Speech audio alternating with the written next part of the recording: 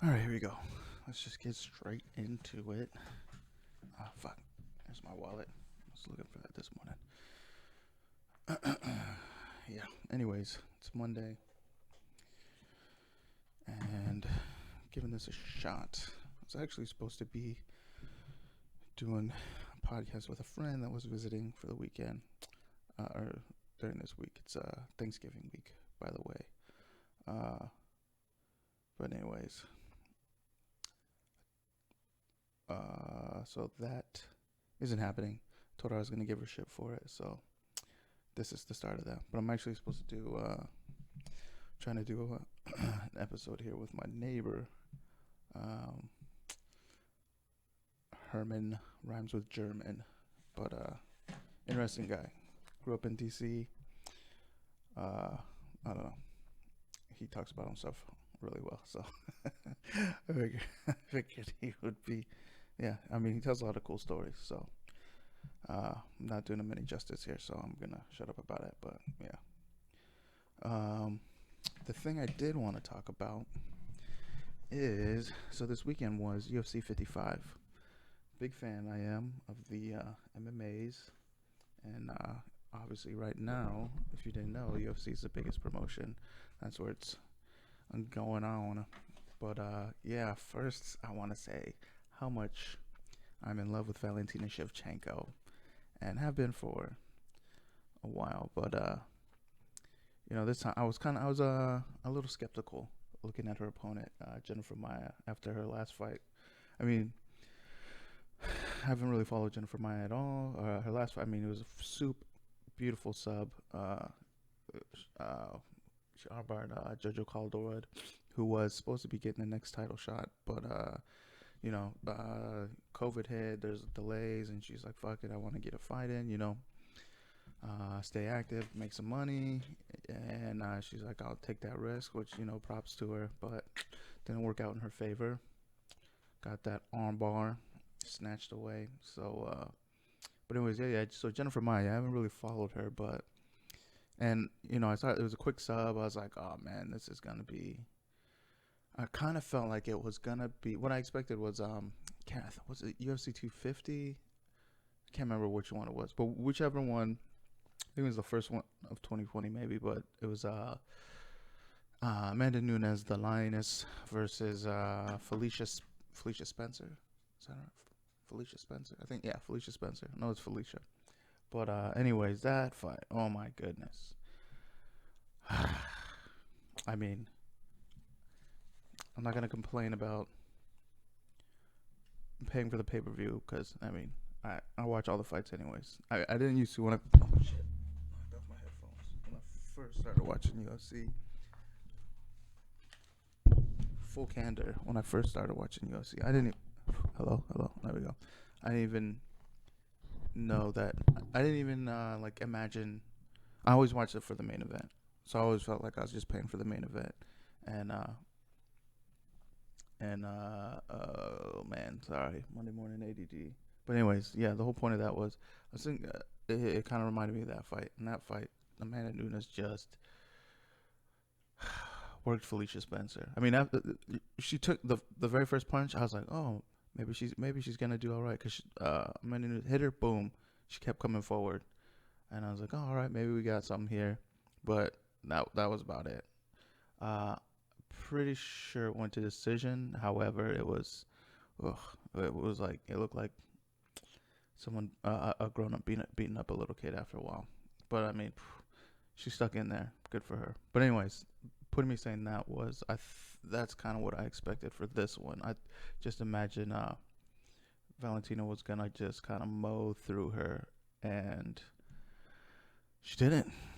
I mean, woof. It took her a little bit to get started. She even said in the after post fight interview, she talked about how she was glad it was a 5 round fight because it took her.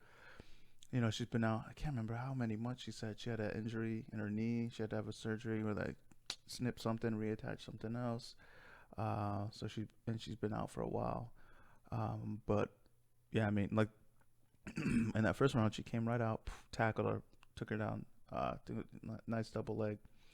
I think that's what I remember. But anyways, like, she took her down. She kept her on the ground. Shevchenko controlled Maya on the ground, which was impressive because, Maya's like this Brazilian Jiu-Jitsu black belt, just and high level black belt. But I mean, we all know Shevchenko. She's known for her striking, but she's always just dominates women on the ground too. Uh,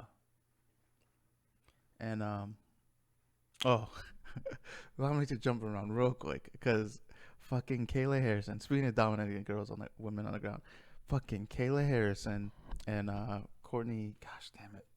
So sorry, I can't remember, fucking forgot her last name. But anyway, so Kayla Harrison. So PFL. And for those that don't know, PFL they're decided this during COVID they're like taking the season off. And Kayla Harrison, she fights for PFL. They made a whole weight class for her, 155, and she's a champ over there. Just dominating. She's two-time judo gold medalist in judo, and so she's a beast. And I knew, I mean, so when anyways, yeah. Sorry, I'm skipping around. Take 2 steps back. So PFL is off right now for the season, but they let her do a fight with Invicta, which is like I'm not sure the exact logistics, but it's like a partner. They're on Fight Pass, so they're partnered up with the UFC in that way. And a lot of the females, if they win a championship or do well in Invicta, that usually translates or has historically translated into a UFC contract. So it's I've heard some people refer to it as a feeder, kind of a feeder promotion or a feeder, I don't know, pipeline or whatever, for female fighters into the UFC. But so Kayla Harrison, they let her come over and do a fight with Invicta, but at 145. A lot of interesting kind of angles or nuance or something to that, like just the fact that of her, I guess a couple things, them letting her come fight in another promotion, and also her doing it at 145. And so I was like, when I saw it, I was like, yep, she's gonna ragdoll this chick. Like, no offense to, damn it, I had to look up her name, Courtney, I can't remember her last name, but anyways, she does. Long story short, yeah, I mean, come on, she's a 2-time Olympian, gold medal Olympian, gold. That means 2 years. There were 2 years where she, in the entire world of every person in her gender and weight class, she was number one in the entire fucking world, twice. So not only that, so she's the number one person for fucking flipping people and throwing their asses around. And then she comes over and she usually fights at 155. So I know she says she's not a fan of cutting weight, but I'm sure. So she walks around over. She's fighting at 155. She's probably walking around at like 170, maybe 165, maybe lower. I don't know. But she's significantly bigger than these women that are going to be that are used to fighting at 145. So that was the first thing. I was like, yeah, if the her weight cut goes well, she makes weight, which like I said, Olympian, so I'm sure she has that discipline, knows how to get it done. Also, she's coming at ATT, which is they have fucking beasts over there. So she gets in there, and there's another thing I didn't know, that there's no elbows. PFL, there's no elbow strikes. So she gets in there, of course, takes this girl down, and gives her this heavy elbow. When she's doing, I felt it in my teeth, because she's in this girl's guard. She takes her down. She's in her guard. She get back up into the fence. She can't get away, and she just postures up and she's dropping. She's punching her, and then she drops this out, and it's just like it sounded like you watch National Geographic and you see those fucking mountain goats run straight at each other and just clunk each other right in the fucking heads. That's what it sounded like when she dropped her elbow on this girl's head. And and the commentators were just talking through it. And when I was like, damn, was that just a sound effect? Did I hear something weird? Because like when she dropped that elbow, I was like, how did that girl's head not fucking fall off her body when she did that? And the announcers are just, I mean, the commentators are just talking, and then you see like the girl Courtney, she turns her head, and you can see like, I don't know if you've ever been cut before, or like like I've even done. Well, one of my worst cuts I ever did. I cut myself with fucking. I was deboning a chicken. I ended up fucking deboning my thumb almost. Um, and my roommate at the time, he came in the house. He saw I was fucking tying sutures. It's a good thing it was on my left hand. So I used my right. I was tying sutures on my own fucking thumb. But anyways, the point of it is like when you get a cut like that, when you cut, it's like sharp and deep. It's kind of like it takes a minute for the blood to start flowing, and it's like I don't know if you heard the term like cut to the white meat. That's what it was. For like when I cut my thumb, it's like you got cut down to the white meat, and it's like you can see that. I guess it's the muscle fibers maybe in there, and you can see them, and it's just like it's like you can see straight into your fucking body, and and I've been cut a couple times like that in my life, a bunch of different times, different injuries and stuff like that, where it's like as soon as it happens, you look at it and you're like, oh, yeah, that's gonna be a bleeder. That's gonna be bad. So that's what felt when I heard that fucking elbow drop on that girl's head, and then when she turned, and I think you could see it was like you could just see this hole in her head, and the blood hadn't even started yet. Cause it took, I'm remembering it, so it could be my memory, but I felt like it took like 30 seconds, which is a long time. But once that blood started flowing, it was a mess. Like I took a picture of it from the TV screen and sent it to my buddies, and I was just like, Kayla Harrison just made this girl's forehead start fucking menstruating, cause it was a mess. By the end, man, she's a fucking Picasso, or what was that guy? Jackson Pollock. It wasn't even fucking splatters. It it looked like someone poured a bucket of blood on the floor and tried to mop it up with a mop that was already soaked in blood. It was crazy. It was pretty fucking awesome. But anyways, damn, that was a long tangent. But um, yeah, I had to go back to that to talk about fucking domination on the ground, because that I'm excited to see Kayla Harrison keep going. I mean, she said she has I think one more fight with PFL, and she's hoping they'll let her do that one um, with Invicta. And she said the weight cut to 45 wasn't terrible. She's not a fan of weight cut, but she said it wasn't bad, and she felt good in there. And I mean, 145. I mean, I think she's 8-0 now, but yeah, give her some time. Maybe so you're fighting somebody in the UFC that dominates people. But anyways, back to what I was talking about.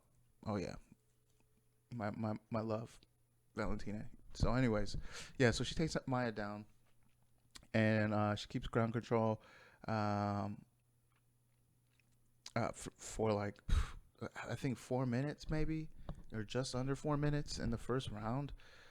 So she's able to keep Maya down, which, I mean, Maya's dangerous. I think it was in that time she almost got damn, I can't remember. But anyways, point of it is, yeah, she dominates her on the ground for that one. Second round, Maya's able to get her down, and it's kind of like, whoa. And maybe it was just more like, oh my goodness, because you don't really see Valentina get. It doesn't seem as competitive. So I mean, when I was watching, I was like, oh shit. Valentina got the first round, Maya got the second round, and then but after that it picked up, and Valentina just she was ahead for the rest of the fight. But yeah, So that was the co-main event, and skipping ahead just because I wanted to talk about Valentina first. But I don't know. Another thing I want to try and do. So my one of my little brothers, I got a bunch of little brothers, a lot of half siblings from all over the place. I think there's 8 of us that I know of all together. 5 of us that grew up in the same house. Then my mom. Let's see, how many kids does she have? Let's see, one, two. Yeah, she had a girl, and then that husband died, and then another boy and then another girl.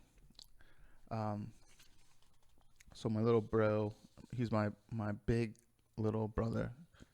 His dad is like a Wisconsin Viking, or he comes from that bloodline. So my little brother's like he's half Filipino and half Viking. He's like 6 foot tall and he's huge.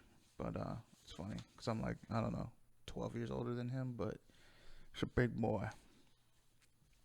Played football, fucking. He's a beast. I'm jealous. Whole life at this Napoleon. I always wished I was 6 feet tall, but no, no, not there. Just a little bit under that, which is a lot of it. Um.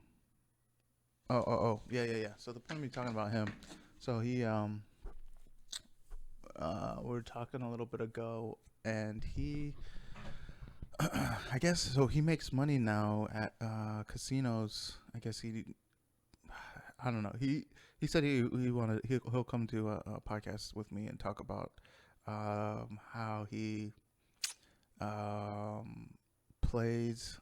And I don't even remember what, if it's slots maybe or like something like that. But I guess there's um, like a method or strategy to kind of figuring out which machines pay out well or something. I don't know. I guess there's I don't know how it works. He's obviously smarter than me. So, uh, but anyways, yeah. The point of that is he'll come talk about it. He'll explain it. So you don't have to hear me fucking keep bumbling about saying I don't know a million different ways. But let's see here. Oh yeah. So yeah, I was talking to him because I was talking to him about UFC, MMA, blah blah blah, and how I had been started doing bets on the fights because there's some of them where, especially like when like new fighters come in that nobody knows about, so the betting line is kind of off, and we're like, oh, this dude is, or this chick, whoever I see them fighting, whatever other promotion, they're like the money line is coming, they're the underdog, and I was like, no, this guy, you can tell, like some people that have specialties, and you're like, yeah, they're gonna fucking beast at submissions, and this other person has been submitted before, and blah blah blah. So I've been making bets. It makes not huge bets at all, but it makes it kind of fun, I guess. Because then in that way, and then also for me, because I nerd out on looking at the fighters and their stats, and also it's I guess a way to be a little more engaged, and because I mean I watch all the fights either way. The early prelims on, and this is for UFC specifically. I mean I watched other ones, but mostly UFC because one, honestly, the best fighters are there, and also it's the easiest and most promoted because you know what I mean. You get UFC Fight Pass, ESPN Plus, boom, and you get all of them. Plus you get, I mean, with UFC Fight Pass, you get all the past fights are on there. They have other promotions. They got like LFA, Invicta, Chael Sonnen's Submission Underground. They got Lethway on there, which I just got into. Started doing Muay Thai. One of my coaches was telling me about it. Like Lethway's crazy. It's like a 2,000-year-old. Oh shit! I hit a button on here. 2,000-year-old fighting style from Myanmar, I think, where they can headbutt. It's like they call it the ninth limb, which is cool. I wanna do that. That would be cool to be able to do a fight like that. But anyways, um, so yeah. So I mean, mostly what I watch. So like I said, is the big ones are for UFC. And also the place I do my bets online through is I guess they have Bellator too on there, so they have UFC and Bellator, but UFC's it's the most popular, and it's the one like most people when they hear MMA, that's what they think. They're like, oh, those people do UFC, you do UFC kind of thing. Everyone thinks that's just UFC's synonymous with MMA or MMA is synonymous with UFC. Um, but yeah, I kind of wanted to talk through some of my bets.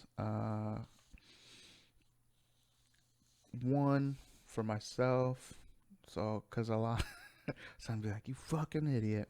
But also, because like my brother, we were talking about kind of exchanging strategies or techniques or whatever, and I won't call mine strategies or techniques because it's mostly, like I said, for fun and to kind of get myself more engaged in all of the fights in a way. Because I mean, they're all, like I said, I watch them all, early prelims, uh, main card, all of it.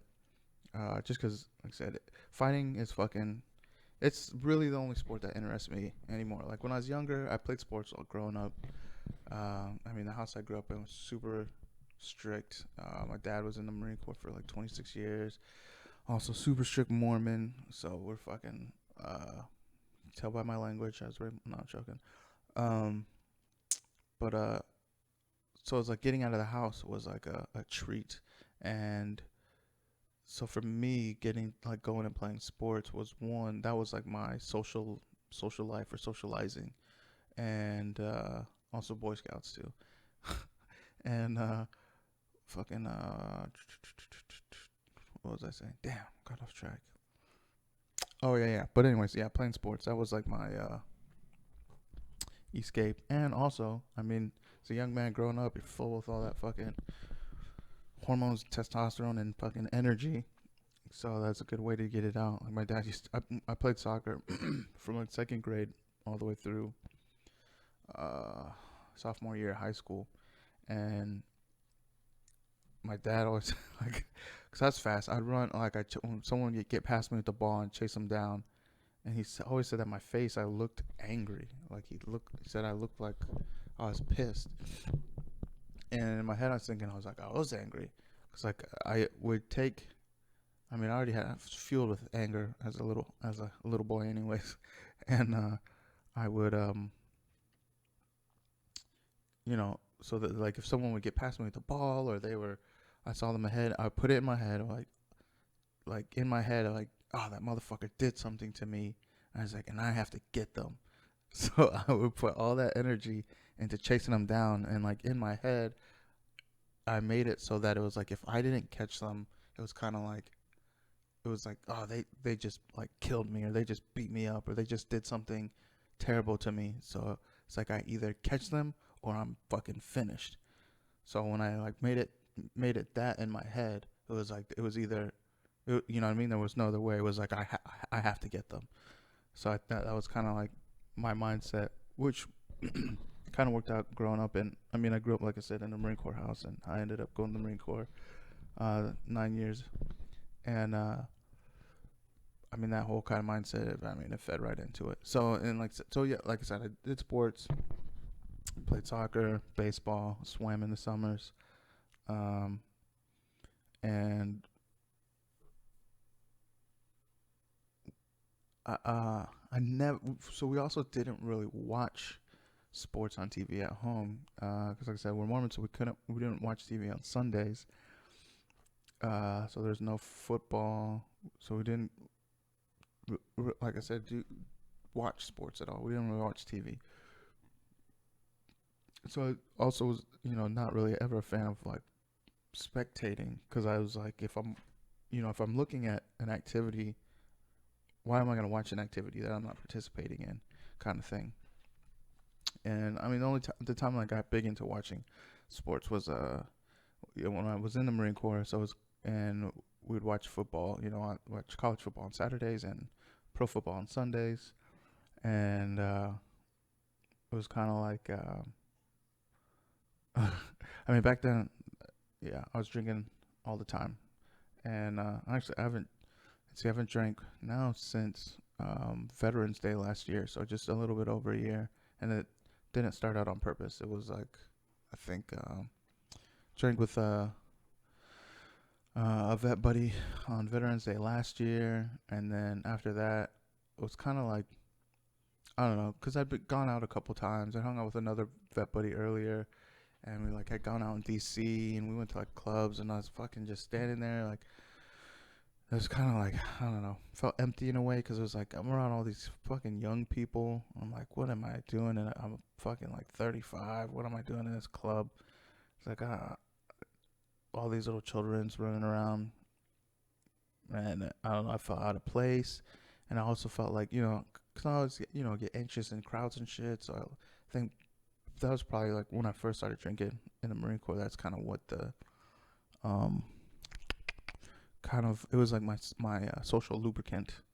Um, Cause like when I was drinking, I was like everybody's buddy. I was interacting with everyone. Like one of my vet buddies, I went over to his house for Manny Pacquiao fight, and he was laughing. He's talking to me about something. I tell him, I was like, yeah, no, I'm actually an introvert. And he's like, what? An introvert? He's like, man, when you were over here, it's like you're walking around, you're shaking people's hand, introducing yourself, talking to them, asking about their lives. It's like it was. I felt like you were running for mayor or something, walking around kissing babies and shaking hands. But yeah, so that's kind of how what I was doing. But yeah, what was the point of me saying that? Yeah, so Saturday mornings, we'd sit around, watch football.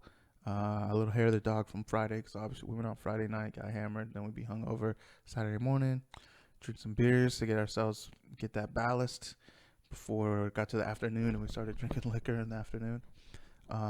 So and then so we kind of like congregated around everyone, because it's the military, it's Marine Corps, everyone's from everywhere except half everyone's from Texas, so it worked out for me.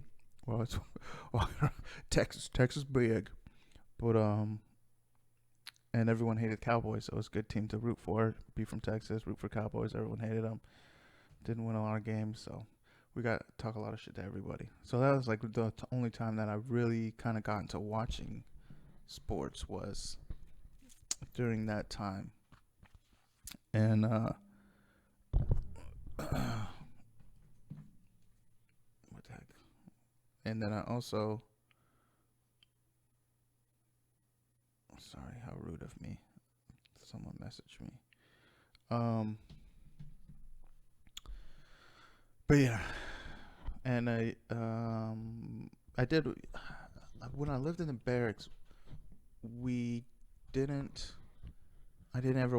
I didn't watch UFC while I was in the barracks because we didn't have TV. And this was when I first got in the Marine Corps. There were streaming services. Um, I did watch a couple pay-per-views. I went to it's actually, so this is when I was like junior. I was like a private, maybe even a lance corporal, but I hung out with NCOs, so I got to watch a couple fights. And I think we also maybe they played them at the bars too. So we get to watch like the pay-per-view events at the bars. Um, and before that, so the little bit of history, man. I don't know, I'm jumping around, but whatever. Um, the first, so when I was younger, I didn't. So when the first time I became aware of MMA, actually let me back up a little, 3 steps back.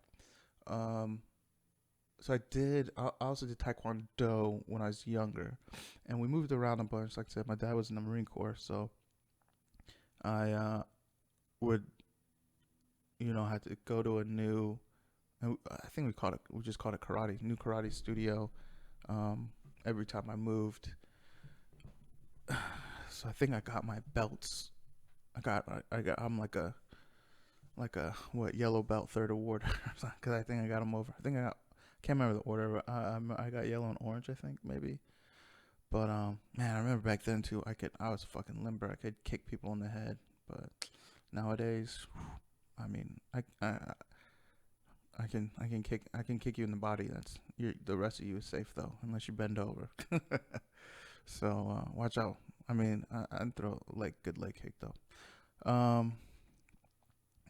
But yeah. So I did taekwondo, and always used to watch like martial arts movies. You know, we watched, Bruce Lee was big. And then when I got older, Jet Li, man, I fell in love with Jet Li. Yeah, love with Jet Li, man. And that's when he was only making movies in China, and this was also this is the VHS days, so this was before DVDs. And also, like I said, I grew up in a Mormon family. We were allowed to watch TV, so the only way I got to watch anything that was like over PG was when I would go to my mom's house in the summer, or we go at Christmas, like after Christmas for New Year's. So we go like a month in the summer, and then uh what do you call it? Like after Christmas through New Year's, and then that's when I binge watch everything I wasn't allowed to at home. But yeah, so I used to watch martial arts movies that way too, and Jackie Chan, because think he came out with a bunch of PG movies. So, but I remember my buddy Ethan and I, we went and fuck, what was that? Operation Condor.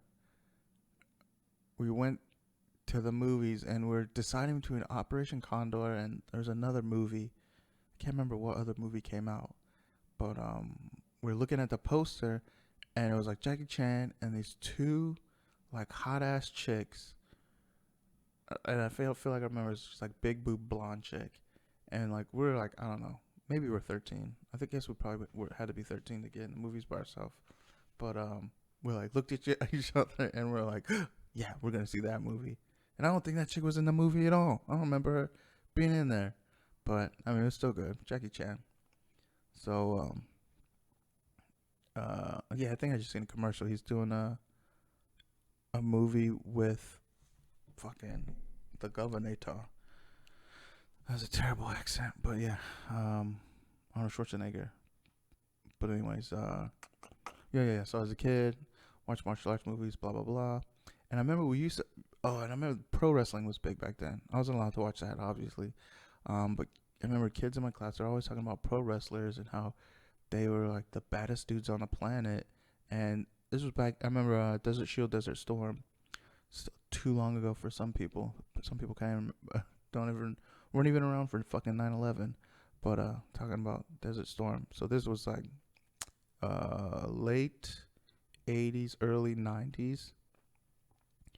I would like to say 80, 88, 89, 90, 91. Because I think one of my brothers was born in 90 or 91. And so my stepmom, she got pregnant with him right before my dad went to the war.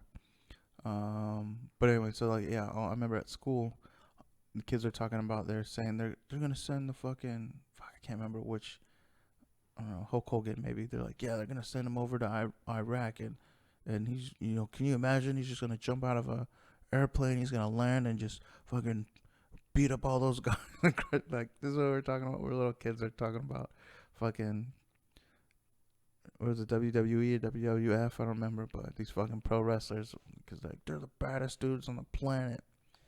And even back then, I remember I was like I wanted to watch it because everyone was talking about it, and I wasn't allowed to. But I remember like seeing some of it, and I was like, what, first or second? Had to be first grade. Yeah, I feel like it was first grade. I was like 9 or 10. No, that's too old. But it was first grade for sure. And I was like, this isn't real fighting. I was like, look at these dudes. They're not hitting each other. They're like, oh yeah, it's real. Look at him. Can you look? He broke that table. Does that look fake to you? I was like, all right, maybe the table broke, but I was like, these guys are not fighting each other. That's not what fighting looks like. And and so then there's a combination of that, like, and then watching karate movies and shit, and that's what, all martial arts, we just call it karate movies, or it was all karate. And we went, and then like, yeah, so I got older, and then I remember, and we're all talking about like who, like how would this like would fucking like Bruce Lee, could he beat up like a like Randy Macho Man Savage, whatever his name is, and blah blah blah. And we're all talking about the different kind of fighting styles, and then I remember at some point when I was older, I can't remember if I was in middle school or high school, and I found out about Pride, and it was like, yeah, so these dudes are fighting. They're like, everyone is just whatever fighting style. They're doing them all together to see which is the best. And then this, fuck, I can't remember when UFC first came out, because I remember like that too, and people are talking about it, and we're all like, oh well, what is the best fighting style? They're like, and this one, like, they had people like dudes in like fucking underwear and that fighting a dude that was wearing like a gi, and the guy was wearing their fucking karate uniforms, and then that's when I found about jiu-jitsu too, because then obviously the Gracies were just fucking running through people, and so yeah, the whole point of that long tangent was, so my stepdad, he was, like I said, when I go to my mom's house in the summers, he had like, he's a huge Viking dude, and he's always been into like he always did like taekwondo, and he's always into karate and stuff like that, martial arts, and he was like the first, I guess, like real life person I that knew about MMA, that I knew and talked to, and he actually, man, I wish I could remember how old I was, and then also what promotion it was, but he took me to a MMA fight, like a pro. Fuck, it was in Minnesota. It would have been Minneapolis, St. Paul, and yeah, we went and we watched them fight in a cage, and then there were female fights too, and they were getting at it. I was just like, wow, I never imagined that they would have women fighting, but it got bloody. I was like, man, this is the coolest shit I've ever seen in my life.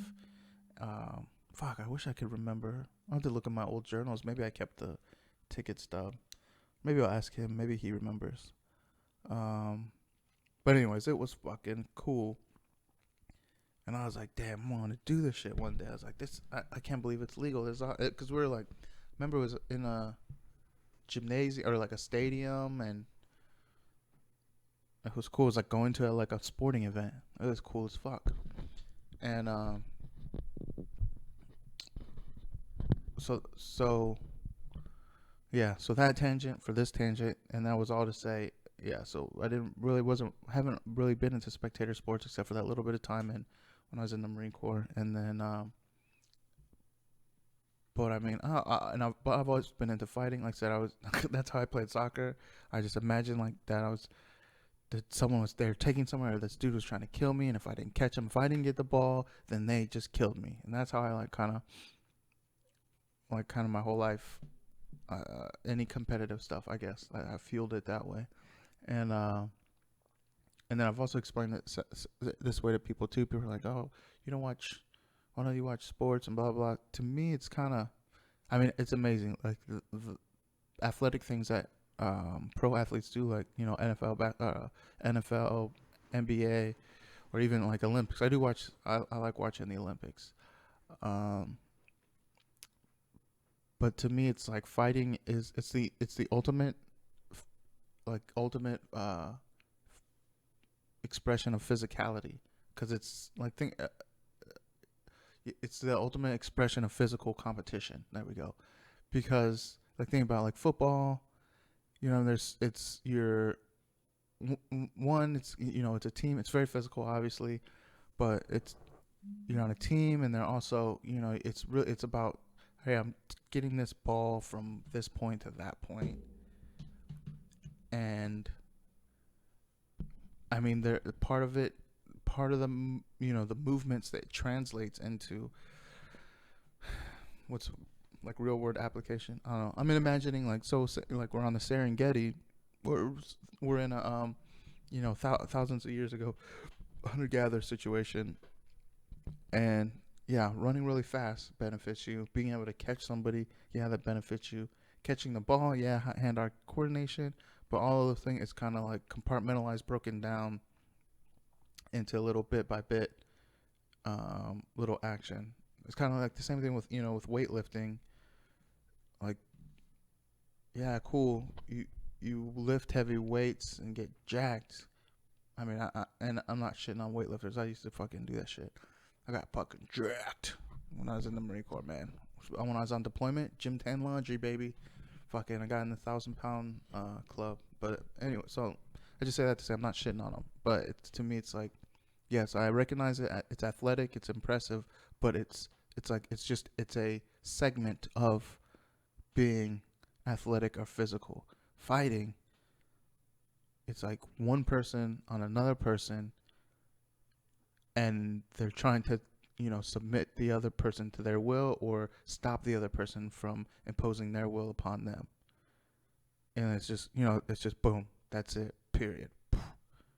And you know what I mean, you don't walk around and you're like, oh man, I'm afraid this guy's gonna get into a football game with me. You know what I mean? Oh no, I'm gonna get into a fucking street basketball game. Uh-oh. You're like, no, real life threats are, oh, that person might try to fuck me up. Yeah. So to me, that's why like combat sports are like really the only sport now that I fucking spectate. Because even I remember when I was a kid too. Like I remember a lot of people they did a lot of. I didn't know they were Korean at the time. Now I know what Koreans are. 안녕하세요. No. Fucking 한국말. But anyways, 미안해요. What was I saying? Yeah. So I didn't know. Yeah, I mean, I remember my high school. One of my high schools. I went to a couple high schools. My first high school I went to, because we moved around military. First high school I went to, we 2 pages of leaves in our yearbook. I just thought that Koreans were, kind of Chinese or something. But now I know better. Now I know for sure they are Chinese.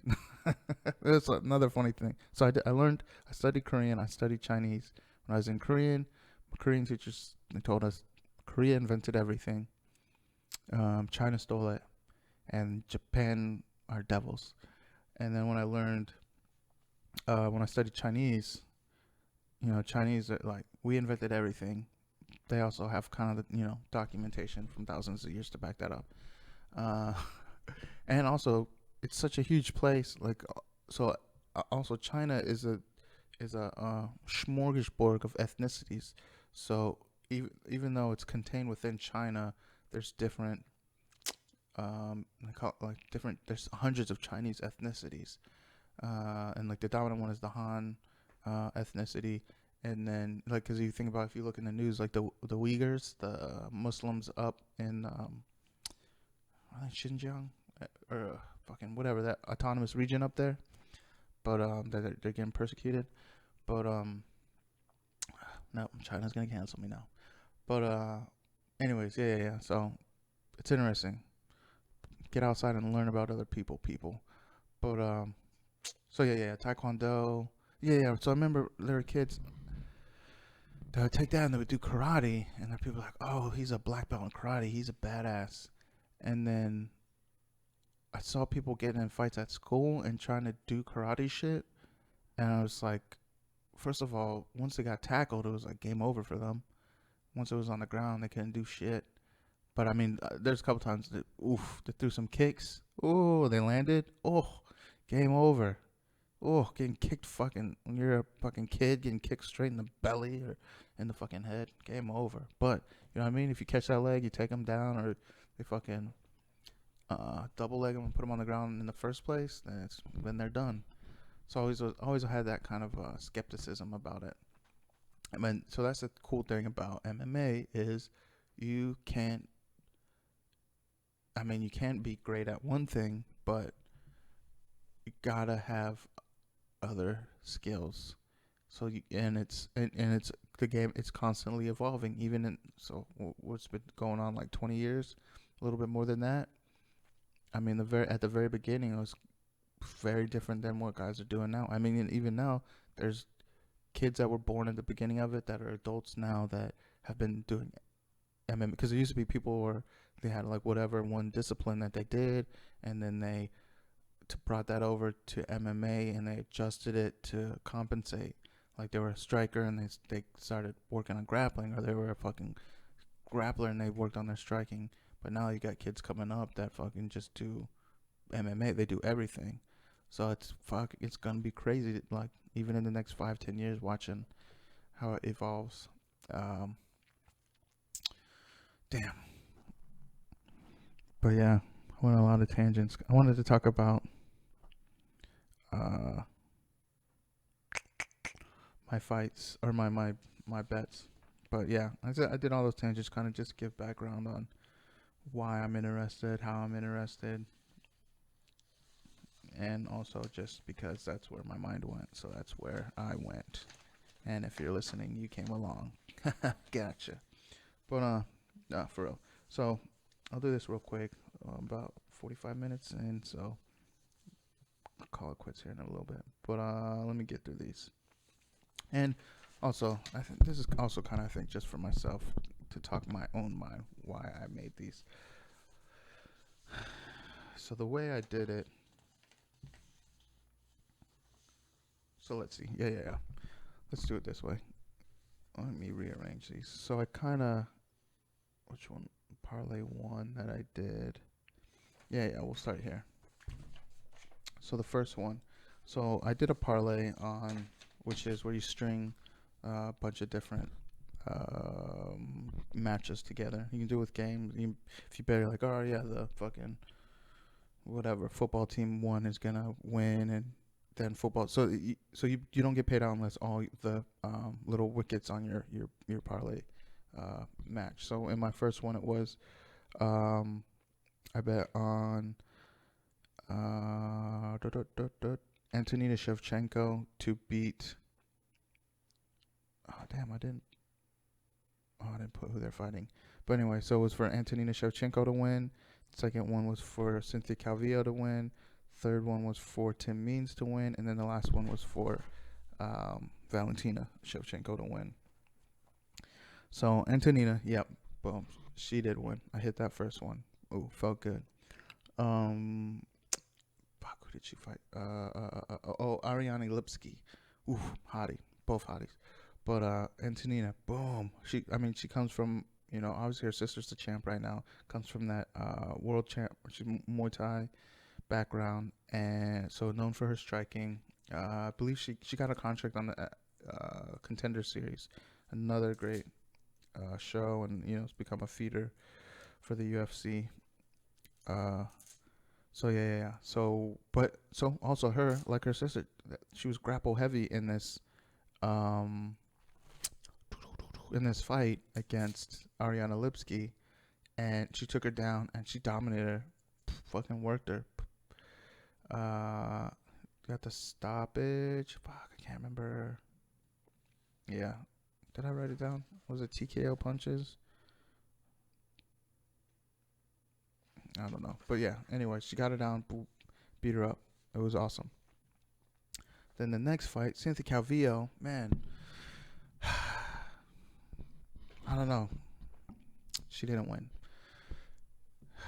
I mean, she's fighting Caitlin Chukagian, who is a beast, coming off a loss. Man, she got fucking kicked in the liver, and you could tell that shit hurt. Cause she was just like, and like turned around, she was like, fuck, or she yelled, but I don't think I've taken a liver shot before. I've been knocked out. Man, I got some cheap shots too. I've been knocked out from cheap shots. But there's some. I gotta get my buddy Robo, and we talk about those stories. They're crazy. We were some fucking idiots as young Marines, fucking stupid ass Lance Corporals. But good stories now that we fucking lived through it. But anyways, yeah. So Cynthia Calvillo, man, she's scrappy. She's bouncing around. I think she trains at Team Alpha Male. I think she's still there. I'm not sure, but I don't know. She didn't. Maybe it was fighting in the fucking Apex Center. I don't know. She didn't seem.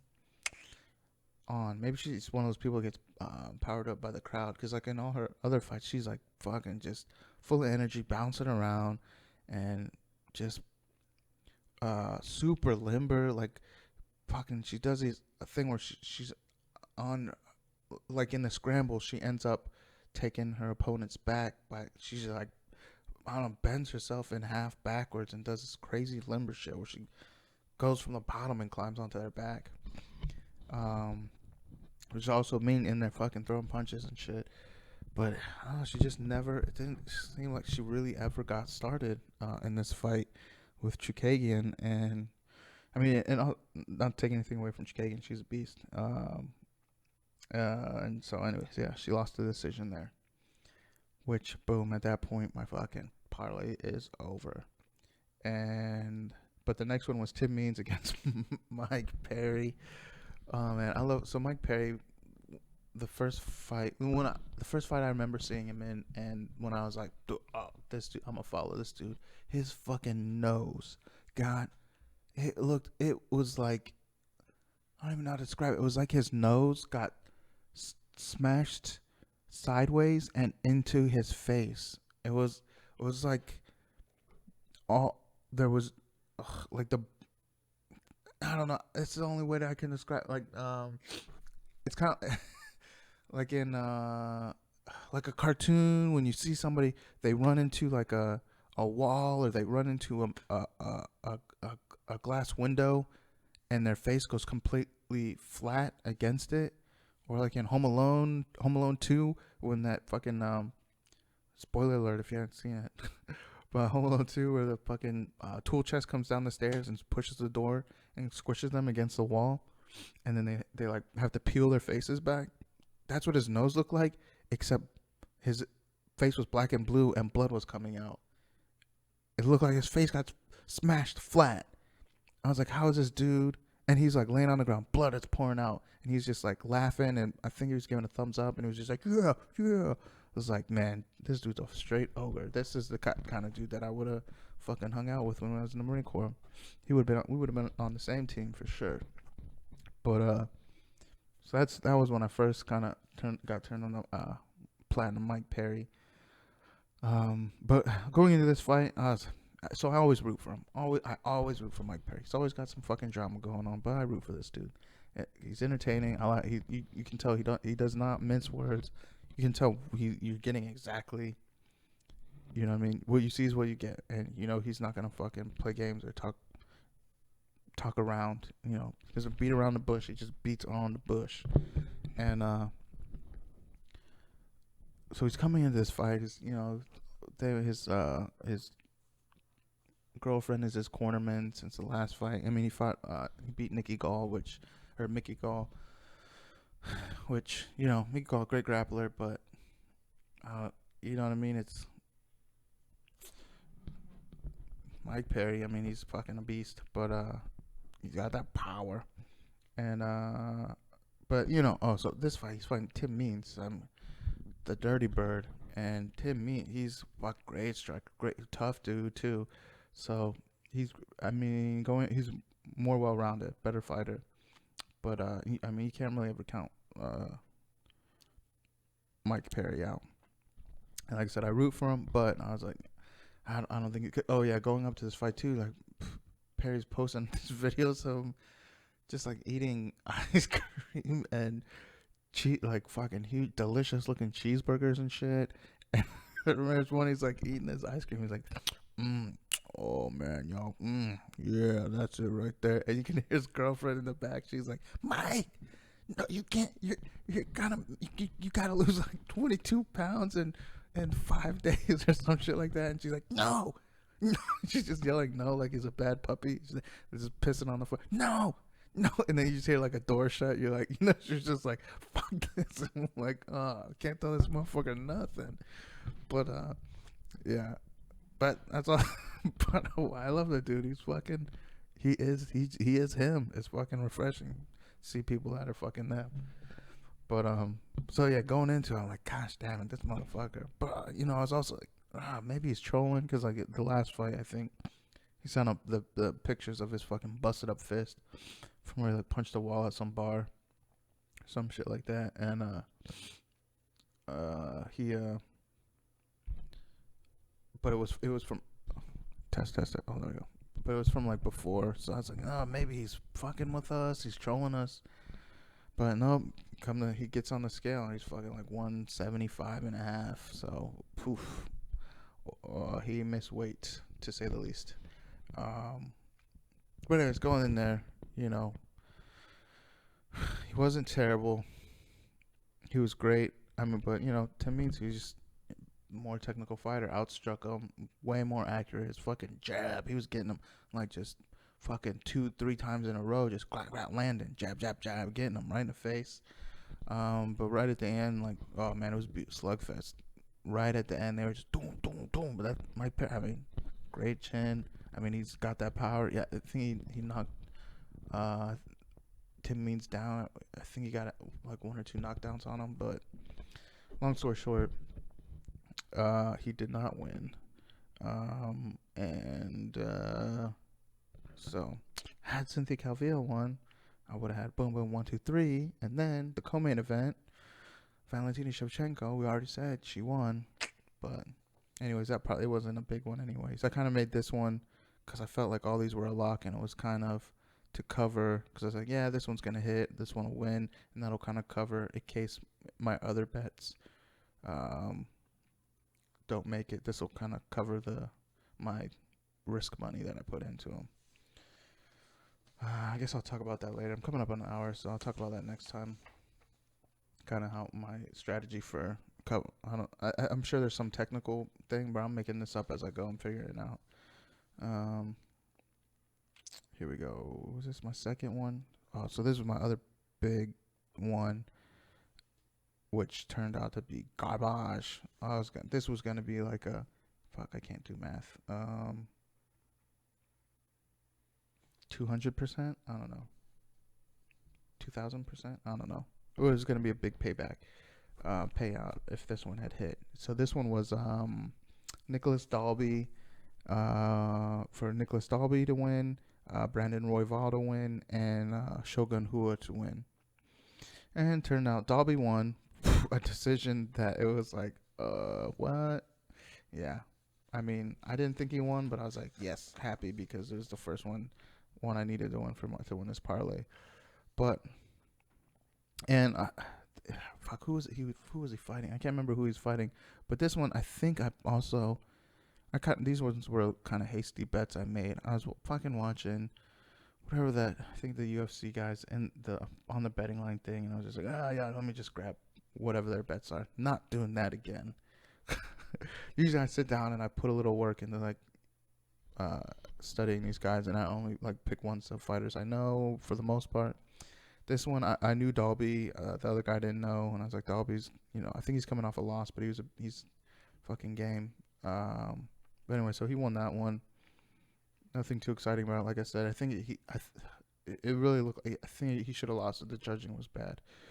But so the next one, Brandon Royval. Yes, this dude is fucking beast. Of course, but I mean, he's fighting Moreno, who himself, he's the number 1 contender. He is a beast as well. So they're both bad. Royval's on, coming up. Moreno's an established, he's number 1 contender, beast dude. And Royval fucking, his arm gets dislocated. Like 2 seconds. 2 seconds. I don't know. I mean, who knows if he would have been able to come back in the second round.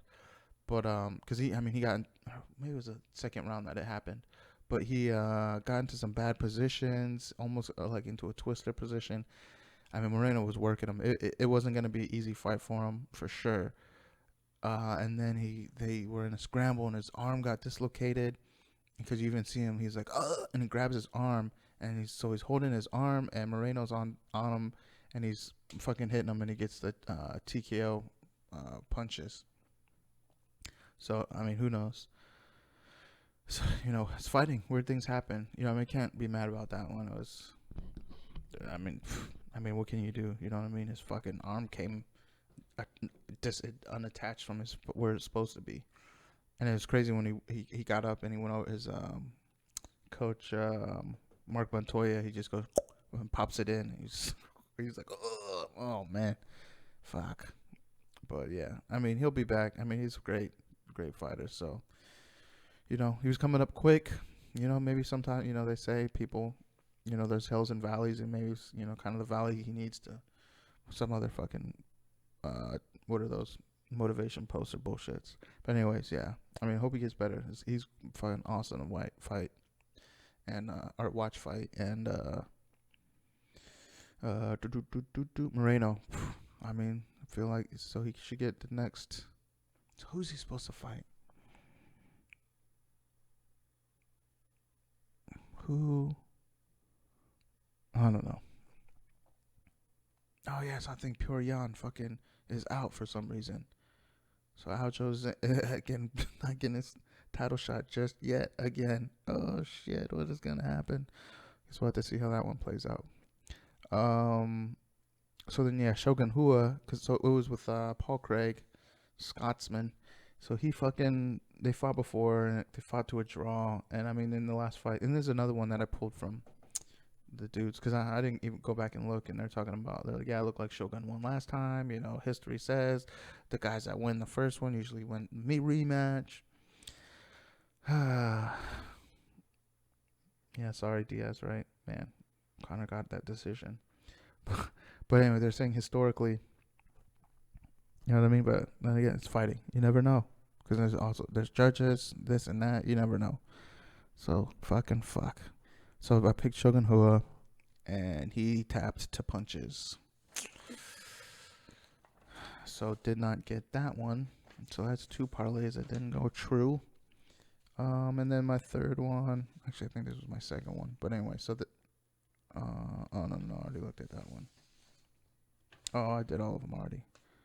So 1, 2, 3. So none of my parlays went through. But the good thing on those ones, I just kind of throw like a small little bet on because they have big payouts.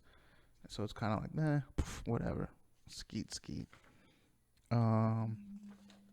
what the fuck is going on with my phone? Oh, shit. Sorry. Alright, yeah. Alright, oh, yeah. So the main event, Davison Figueiredo and Alex Perez. Woo, both beasts. I mean, Davison Figueiredo, beat Joey B twice. I mean, the first one was a little controversial. He didn't make weight. Joey B said there's like illegal headbutt. It was like a head clash. And, but he came back that second one and boom, he just fucking Joey B. Go back, watch the highlights. His eyeballs, when he got hit, you could tell he was like, fuck, gosh damn it. Because, there's a lot of things in life when you're, like I said, when I was a young kid and I would motivate myself through like that, just anger and power myself with that. But there's times when you run into things where it's like it doesn't matter how much your mind told you knew it was true, and you just hit hard fact, and you're like, oh shit, this is reality. That's what it was. He was getting hit with that fucking reality of Davison Figueiredo, and it was just like, you see his eyes like, whoa, it looked like when Amanda Nunes fucking hits fucking women.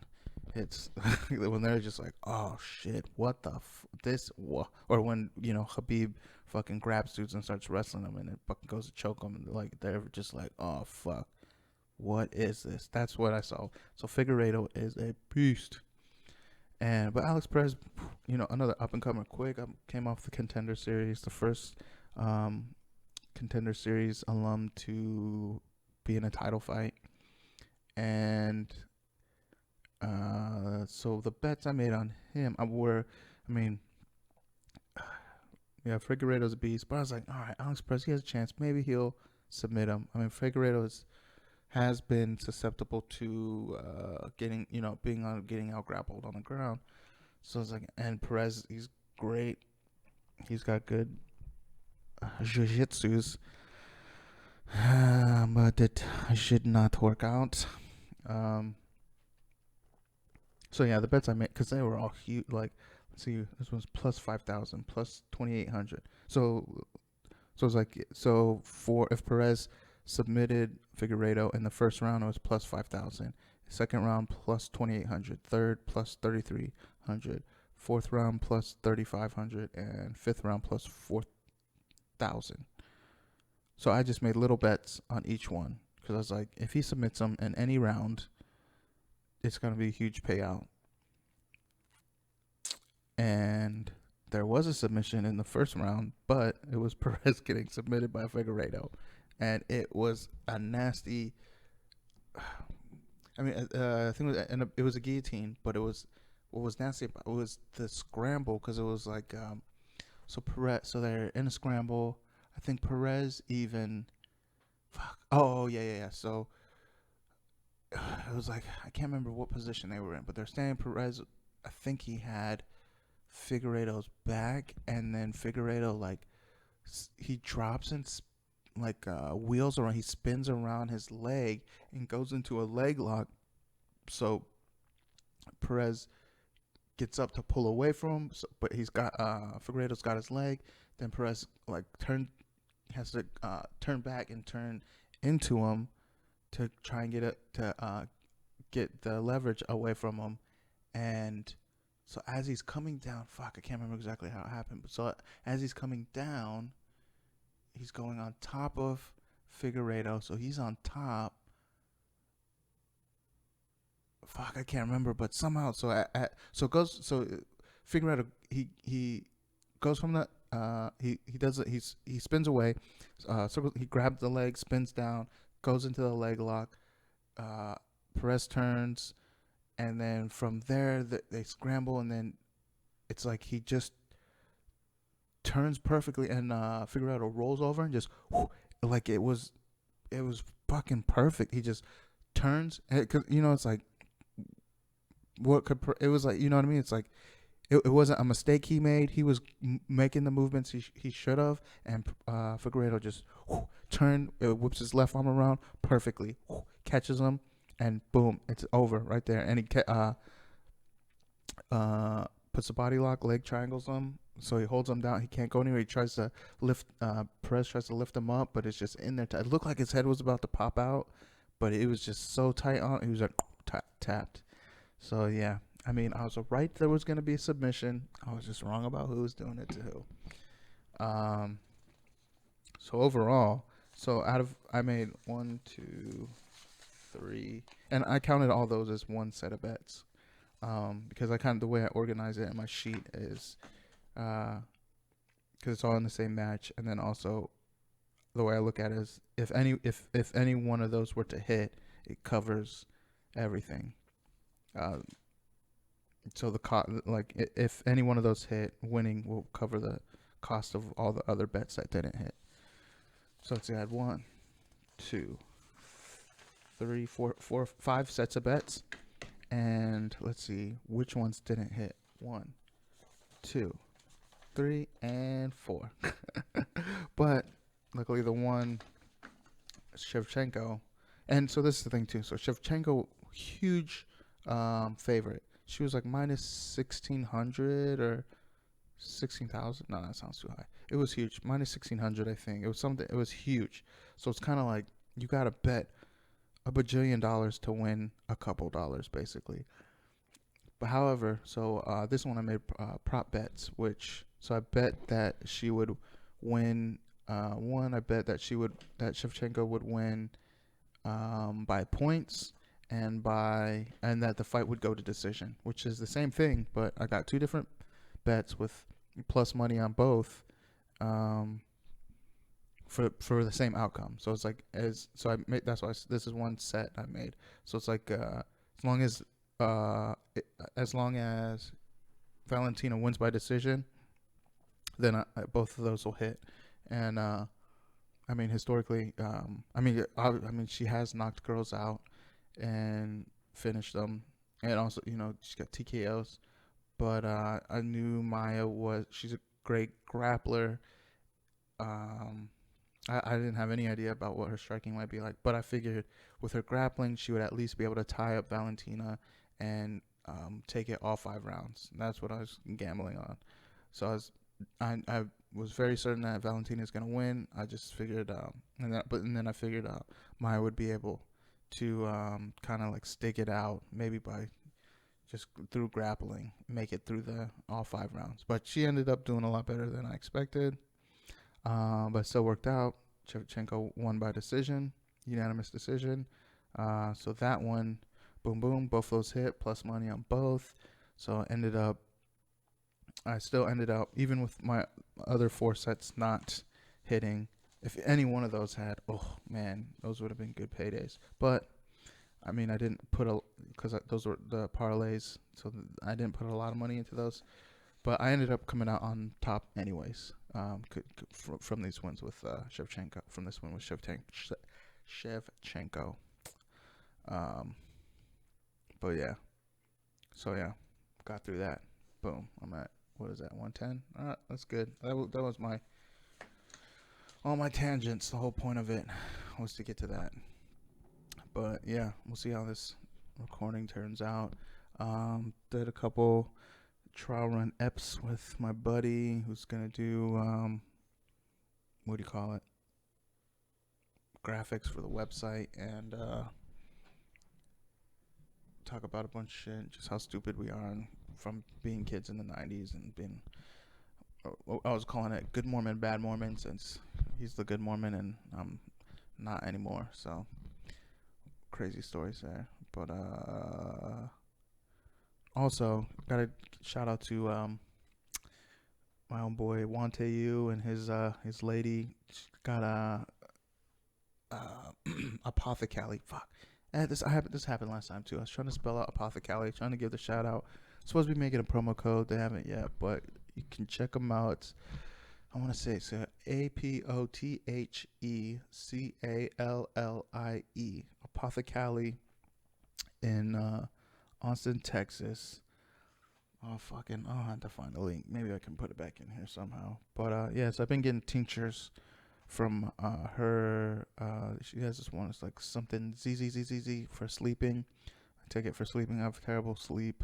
I take all kinds of shit. But take that one, and then another one I just got was, it's like a good moods anxiety tincture. But it's on the website.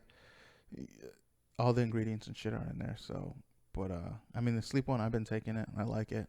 I don't know if it's placebo or not, but for me, I feel like I notice a difference. So if it works, it works. You know what I mean? And they're working on. I made a request for. I was like, oh man, I want to do like lucid dreaming.